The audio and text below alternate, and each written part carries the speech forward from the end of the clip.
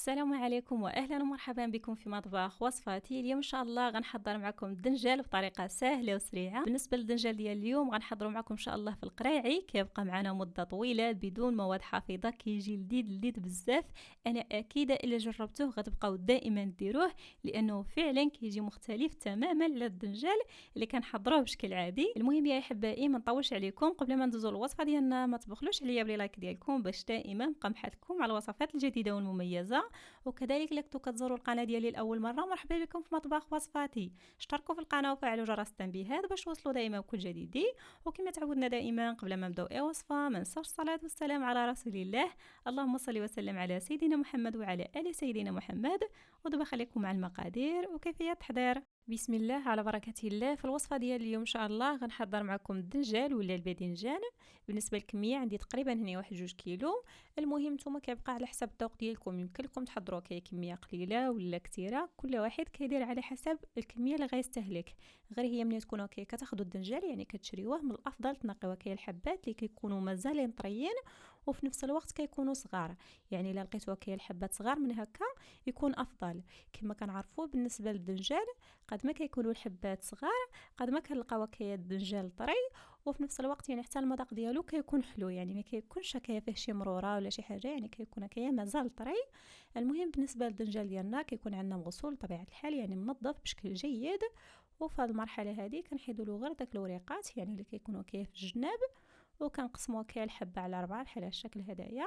وكما ذكرت لكم الا كنتو كتاخذوا الدنجال ولقيتوه صغار من هكا يكون افضل، لان هذه الوصفه هذه ان شاء الله غنحضروها في القراعي كتبغي الدنجال يكون صغير. خليكم معي ان شاء الله ونشرح لكم جميع التفاصيل، يعني حتى كان عندكم هكا الدنجال كبير غنوريكم كيفاش تحضروه. المهم هنايا بالنسبه للحبات ديالنا كندوزو عليهم كاملين كنقيوهم من داك الوريقات بحال الشكل هدايا، ومن بعد كنقسموهم على 4 بحال هذا الشكل. كملاحظه بالنسبه للدنجال ديالنا كما ذكرت لكم كنغسلوه في الاول، يعني في هذه المرحله هذه ما كنقيسوهش بالماء نهائيا باش هكايا ما يتشربناش الماء من الداخل. كنظفوه في المرحله الاولى قبل ما كنحرفوه بالسكين. ودابا ان شاء الله غندوز نحضر معكم التتبيله اللي غنتبلوا بها الدنجال ديالنا. غنحتاجوا فيها ملعقه كبيره ديال الكمون. المهم بالنسبه للتوابل كيبقاو على حسب الكميه ديال الدنجال شحال درتو. انا كما ذكرت لكم تقريبا عندي هنا 1 كيلو، وكذلك غنضيف واحد 4 ملعقه كبيره ديال الحار. بالنسبه للحار كيبقى على حسب الذوق ديالكم، كثروا ولا قلوا. كذلك غنضيف ملعقه كبيره ديال التحميره ولا البابريكا، معلقه صغيره ديال القزبر حبوب مطحون، وكذلك واحد ملعقه صغيره ديال الملح اللي كتبقى على حسب الذوق. وكذلك عندي هنا 4 ديال الفصوص ديال الثوم، يمكن لكم كتبشروهم ولا طحنوهم في الطحانه هذه. المهم بالنسبه للثوم خصو يكون مطحون مزيان، يعني ما يكونش طريفات. وكذلك غنضيف تقريبا هكا واحد 3 ديال الملاعق كبار ديال البقدونس ولا المعدنوس. في هذه الوصفه هذه ما كنستخدموش القزبر، لان القزبر كتكون فيه واحد الرائحه مجهده، لهذا من الافضل ديروا غير البقدونس. ايضا غنضيف عليهم كسقال 4 ديال زيت الزيتون. يمكن لكم ديروا خليط ما بين زيت الزيتون وزيت نباتي، يعني كتقضيو داكشي اللي متوفر عندكم. وكذلك غنضيف 3 ديال الملاعق كبار ديال الخل. بالنسبه للدور ديال الخل في هذه الوصفه هذه كيخليها الباذنجان ديالنا يبقى معنا مده طويله وما كيخسرش، يعني كيبقى محافظ على المده ديال الصلاحيه ديالو. وهادو هما التوابل اللي غنحتاج. كنحركوهم مزيان بحال هالشكل هدايا. ودابا ان شاء الله غندوزو نتبلوا الباذنجان ديالنا.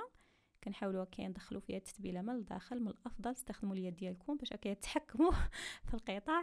المهم كنحاولوا نتبلوهم مزيان من الداخل بحال هذا الشكل، يعني كنوضعوا واحد الكميه ديال الشرموله في الداخل، وهكا كندوزوا على الحبات اللي عندنا كاملين.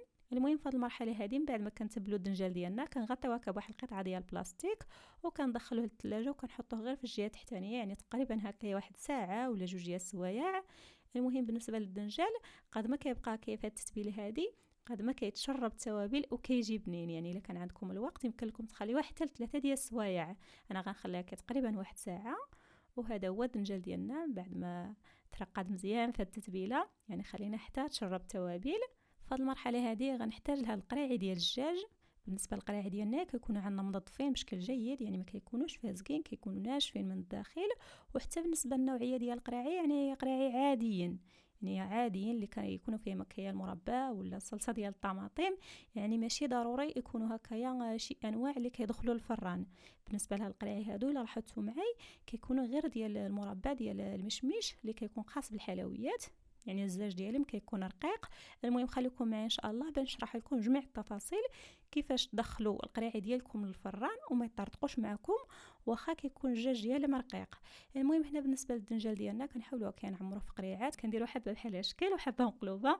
المهم بالنسبه للطريقه ديال التعمير راه باينه، كدوزوا على القريعه ديالكم كاملين. لهذا كما ذكرت لكم من الافضل ملي تكونوا كتاخذوا الدنجال حاولوا تاخذوه صغير باش هكا يجيكم في القريعي هو هذاك. يعني هكا الا كان عندكم الدنجال صغير فغيهز لكم تقريبا هكا واحد 3 ديال الحبات ولا 4.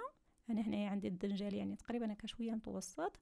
المهم كنقضيو داكشي اللي متوفر عندنا. كذلك الا استخدمتوا هكايا الدنجال اللي كيكون كبير يمكن لكم هكايا تقطعوه بحال الشكل هدايا وعاد تعمروا في القريعات. بالنسبه لهاد الحبات اللي بقاو لي كنقطعهم، يعني كنحيدوا لهم داك الجزء اللي كيكون في الاسفل وكيوليو طريفات ديال الدنجال كنزيدوا نعمروا بهم القراعي.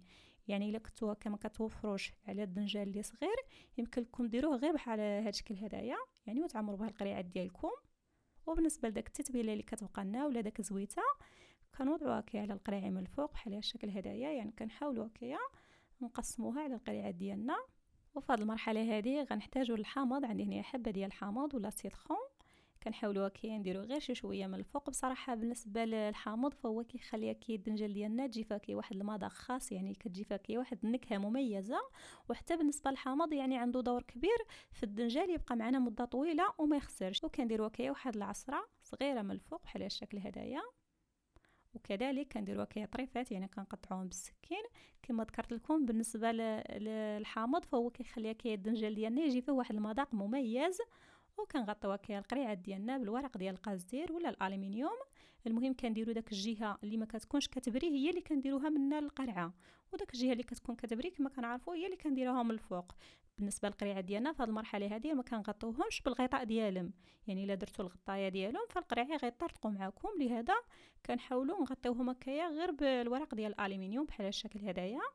ودابا ان شاء الله غنديروا مكيف شي صينيه ولا في شي طاوه وغندخلوهم الفران وغنحطوهم في الجهه الفوقانيه. المهم في المرحله الاولى كنقصوا المشعله خاصها تكون مهيله، يعني تقريبا هكايا بحال الكيك.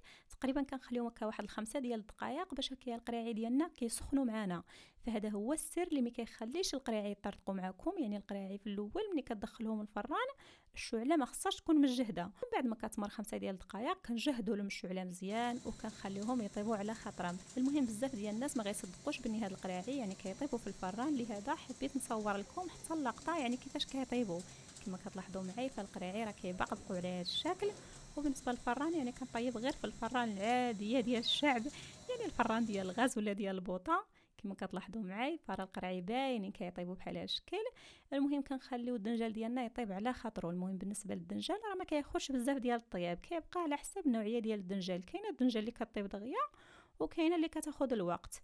المهم نتوما كتبداو كتراقبوا في القريعات ديالكم، كديروا شي كيغضو ولا شي شوكه حتى كتبان لكم الدنجال طابت وعاد كطفيو عليها. وهذا هو الدنجال ديالنا من بعد ما طاب. كملاحظه ملي تخرجوا القريعات من الفران حاولوا ما تخبطوهمش بزاف، يعني القراعي ما خصهمش يقيسوا مع بعضهم لانهم كيكونوا سخان بزاف والا قاسوا مع بعضهم يعني غيتهرسوا.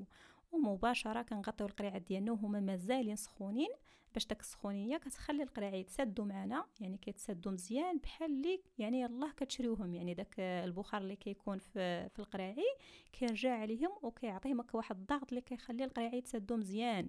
وفي هذه المرحله هذه غنوريكم الدنجال كما كتلاحظوا معايا هو مازال سخون. فالدنجال ديالنا كيجي طايب بحال هالشكل يعني دايب. وحتى بالنسبه للمذاق ديالو صدقوني كيجي لذيذ بزاف، كيجي فيه واحد المذاق مميز مختلف تماما للدنجال اللي كنحضروه بشكل عادي. المهم يا احبائي بالنسبه للدنجال ديالكم يمكن لكم كتناولوه سخون ولا بارد كما حبيتوا، يعني كنحتفظوا به في الثلاجه كنحطوه في الجهه التحتانيه كيبقى معنا تقريبا اسبوع وحنا كنتناولوا منه، لان الجو سخون كيبقى معنا اسبوع. بحال هكا الا كان الجو بارد يعني كيبقى تقريبا 15 يوم، لان كما ذكرت لكم بالنسبه لذاك الخل اللي كنديروا له كيخليها كيبقى معنا مده طويله. وحتى بالنسبه للقراعي ملي كنسدوهم وهما مازالين سخان يعني كيرجع فيهم الضغط وكيوليو مسدودين مزيان. يعني ملي كتجيو تحلوهم كتسمعوا داك الطق يعني بحال اللي كتحلوا قرعه وهي مازال جديده. المهم يا احبائي دابا بقى لي الا نودعكم. الا كنتم مازالين كتشاهدوني حتى لدقيقه شكرا بزاف للمتابعه ديالكم. نتلاقاو ان شاء الله في فيديو اخر وصفه ثانيه. مع السلامه.